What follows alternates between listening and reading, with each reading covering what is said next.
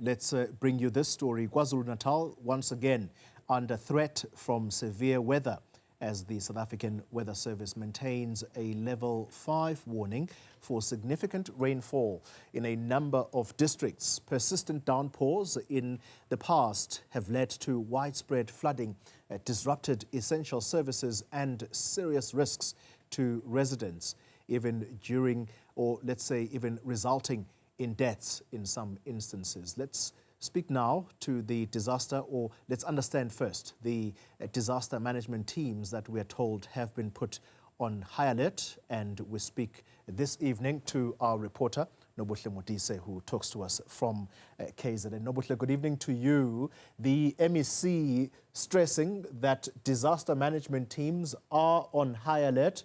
Let's understand exactly what is planned, particularly when the heavy rains start pouring again.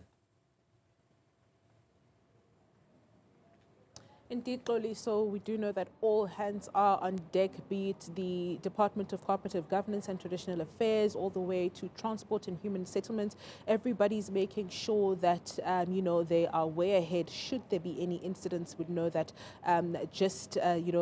earlier this week, there was that level 5 warning issued by the South African Weather Service, saying that certain districts in the province are at risk of, heavy downpours, and there's a possibility of snow as well. And although the Weather Service hasn't, suggested that the entire province will be blanketed by snow, but we know that these particular departments are ensuring that, all hands are on deck, and should there be any instances, they are ready to respond. We also know that when it comes to disaster management teams, what that means is that sometimes even people from within the communities who are community leaders are also part of those teams where they assist those disaster management teams in the province to ensure that when there are incidences, they are the first ones to ensure that they relay the information ahead, because they would be on the ground. So it's a collaborative effort between the community as well as the relevant departments to ensure that should there be any incidents,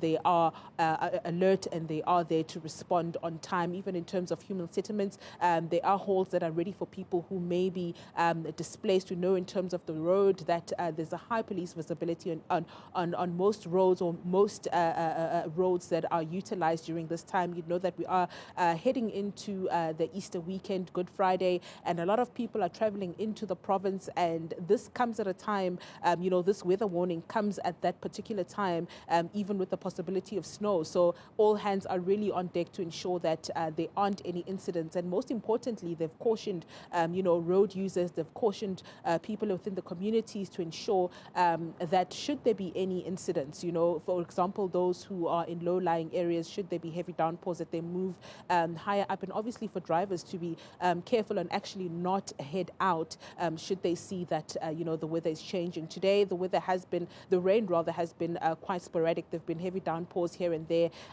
but nothing significant as yet. We know that obviously those people who are going to be more affected are those who reside on places that they're not supposed to be.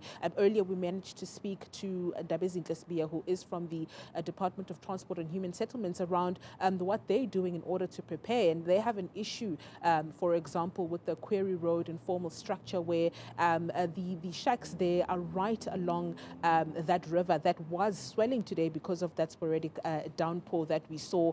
And, when we got there, people were carrying on as normal. It didn't seem as if anybody was heeding those calls. I mean, when we were there, there was a man that was attempting to cross the river onto the other side, and you could see that this river has swelled, but he still attempted to cross it. So there's a challenge there for the municipality as well as the province, where they've been pleading with people, to heed the calls or the warnings that they make when it comes to inclement weather, like not crossing rivers or bridges where that should there be heavy downpours, you will be swept away. People continue to do those things. People are not moving from those structures, you know, that they've constructed along those riverbeds. So a number of issues. But we also managed to discuss the issue of them having to remove people from these areas and those people returning. And this is what Ndubuhle had to say with regards to the issue of, you know, ensuring that when people are moved from land that's been deemed, you know, inhabitable, what is the next step and what happens from there on? Let's take a listen.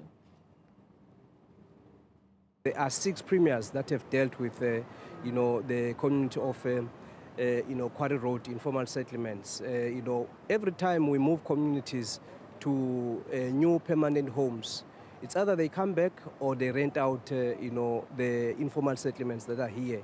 You recall that sometime in 2015, 2016, there was a study that was conducted by the provincial government looking at what you call, you know, sharecropping, you know, because there are kingpins that are behind, you know, renting informal settlements. So that is why the MEC was very firm to say the municipality must begin to enforce the bylaws so that when we move people out of this area, nobody must come back, you know, to build any informal settlements.